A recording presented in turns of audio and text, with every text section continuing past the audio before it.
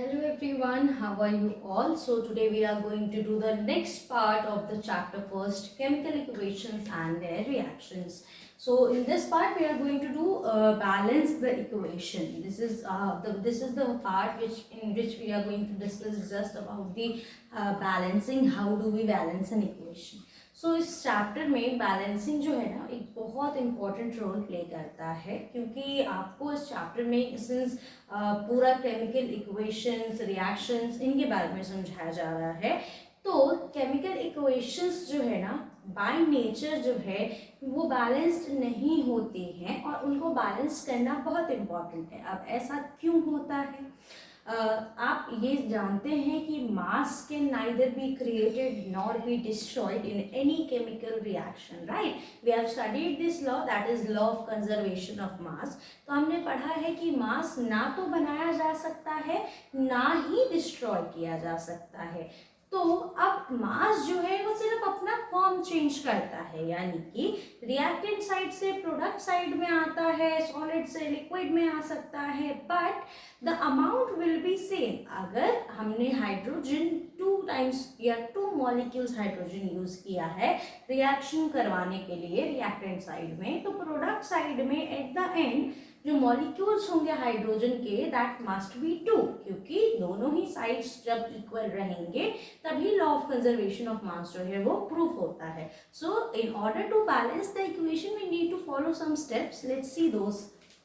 अब देखो यहाँ पर कुछ एक बहुत ही बेसिक सा मैंने केमिकल रिएक्शन ले लिया है, that is zinc plus sulphuric acid gives zinc sulphate plus hydrogen.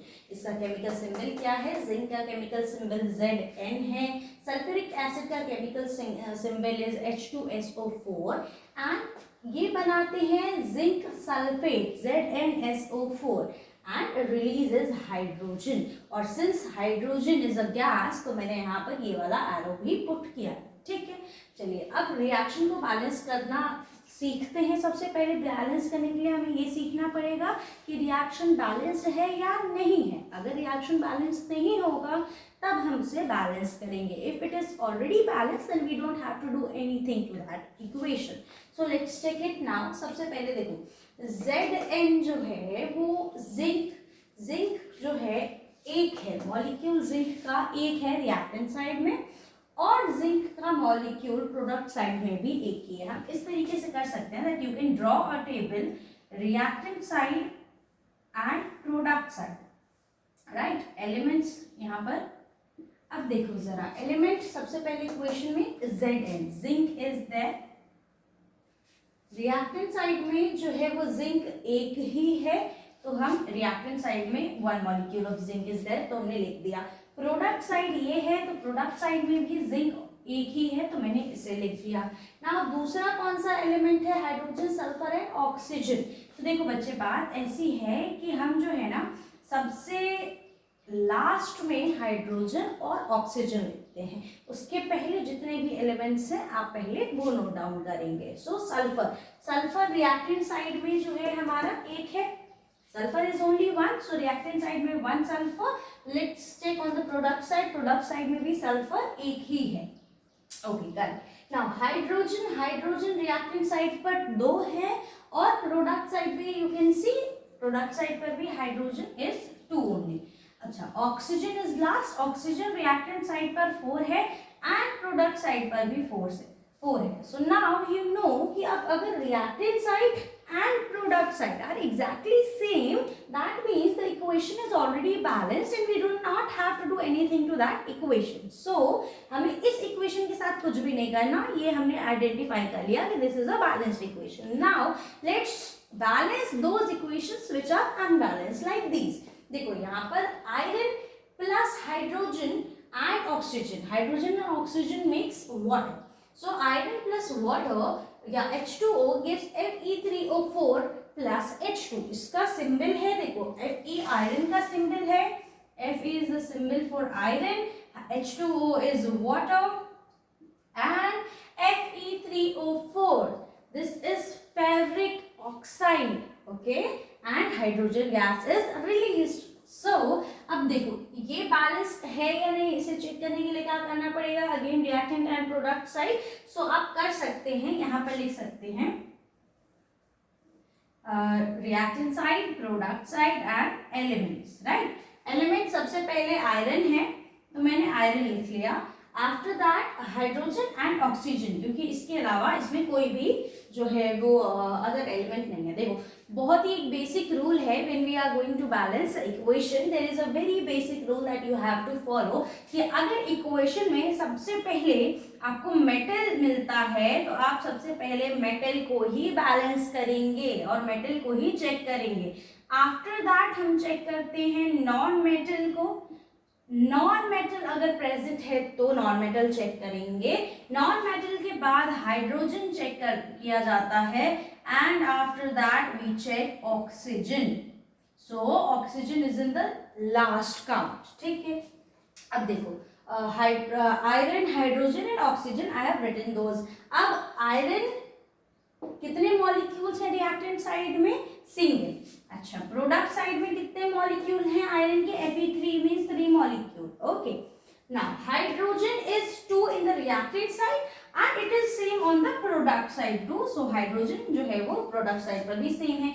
Oxygen is only 1 in the molecule in reactant side and product side पे ऑक्सीजन 4 है। So now you can identify that iron or oxygen are disbalanced, so we have to balance them only. अच्छा, there is a very basic step as I told you कि आप इस process को follow करेंगे। अगर reaction में metal है तो सबसे पहले मेटल को बैलेंस करेंगे। अगर नॉन मेटल है तो मेटल के बाद नॉन मेटल को बैलेंस करेंगे। आफ्टर दैट हम hydrogen and in the last oxygen को, लाइक अगर ये वाला इक्वेशन हम एग्जांपल के तौर पर लें तो देखो ये जिंक इज अ मेटल, तो सबसे पहले अगर सपोज ये बैलेंस नहीं होता तो हम जिंक को सबसे पहले बैलेंस करते क्योंकि वो मेटल है।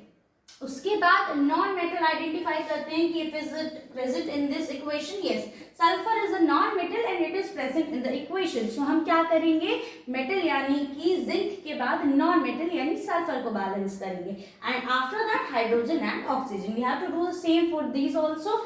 सबसे पहले मेटल को जो है वो बैलेंस करेंगे ना। मेटल को बैलेंस करने के लिए क्या करना पड़ेगा, देखो Fe3 है रिएक्टेंट प्रोडक्ट साइड पे। अब आपने देखा यहाँ पर पहले से क्योंकि इक्वेशन लिखा हुआ था तो Fe के साथ 3 जो है ना वो डाउनवर्ड्स में लिखा हुआ था, बट हम ऐसा नहीं कर सकते। हमें क्या करना है, हम जब भी इक्वेशन को बैलेंस करते हैं उसमें कोई नंबर ऐड करते हैं तो हम फ्रंट साइड पे ऐड करते हैं, ठीक है। अच्छा 3Fe3 that is fine, that is same. अच्छा इक्वेशन आपका, इक्वेशन के अंदर आयरन तो बैलेंस हो गया, सो दिस इज 1/3, मतलब 3 हमने अभी किया तो दैट इज बैलेंस ना। अब बचा H2O।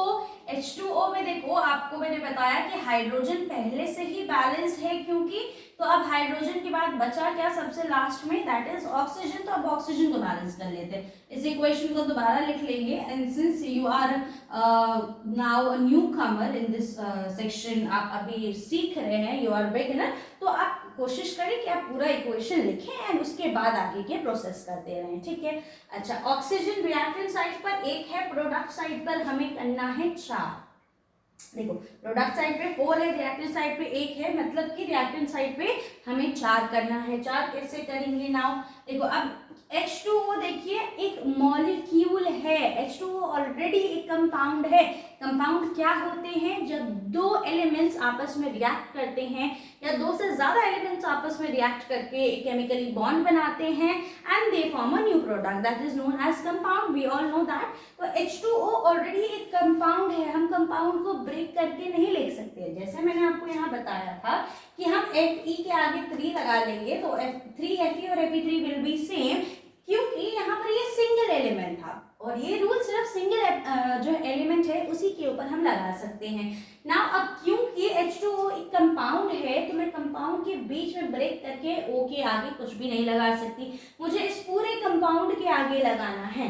चलिए लगा लेते हैं। प्रोडक्ट साइड पे 4 है तो यहाँ पर मैंने 4 लिख दिया। अच्छा अब आप जो है ये समझिए कि 4 जो है ना वो H2 के साथ भी है और O के साथ भी हो गया, समझ में आ रहा है, क्योंकि ये एक पूरा कंपाउंड है तो आगे जो नंबर रहेगा वो दोनों ही एलिमेंट्स के साथ रिएक्ट करेगा।